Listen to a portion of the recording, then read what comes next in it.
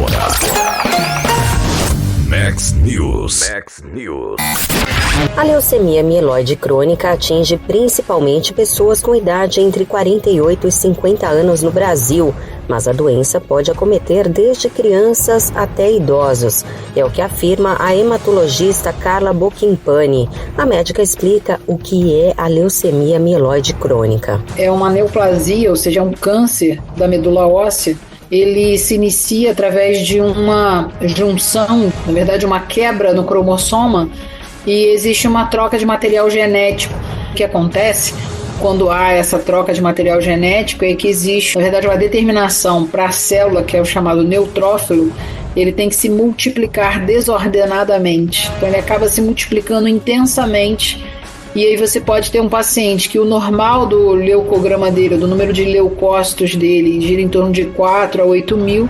Esse paciente pode chegar a 200 mil, 300 mil, 400 mil células que são os leucócitos. A hematologista fala sobre o grande impacto que a doença pode trazer à saúde do paciente e alerta que nem sempre esse tipo de leucemia apresenta sintomas. Por isso, é preciso estar atento aos exames de rotina para evitar um diagnóstico em estágio mais avançado. Isso traz uma série de consequências para o paciente, porque acaba não tendo espaço físico para a produção de células normais.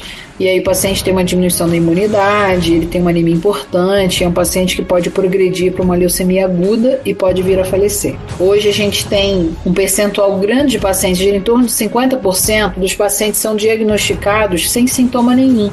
Muitas vezes é um paciente que foi fazer um exame de rotina e aí ele identifica que tem um leucócito um pouco mais aumentado. Então esse paciente é encaminhado para o hematologista e a gente faz o diagnóstico através de um exame simples do próprio sangue do paciente. A gente consegue fazer o diagnóstico.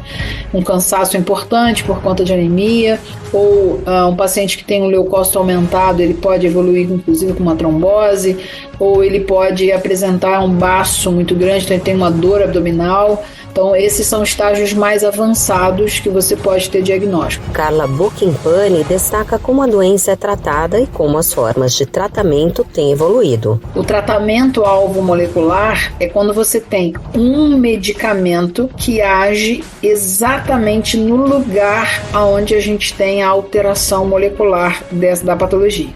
Como a leucemia mieloide crônica ela tem uma única alteração molecular, ela produz um estímulo de uma enzima chamada tirosina quinase, uma proteína chamada tirosina quinase, que é a proteína que dá ordem da superproliferação celular.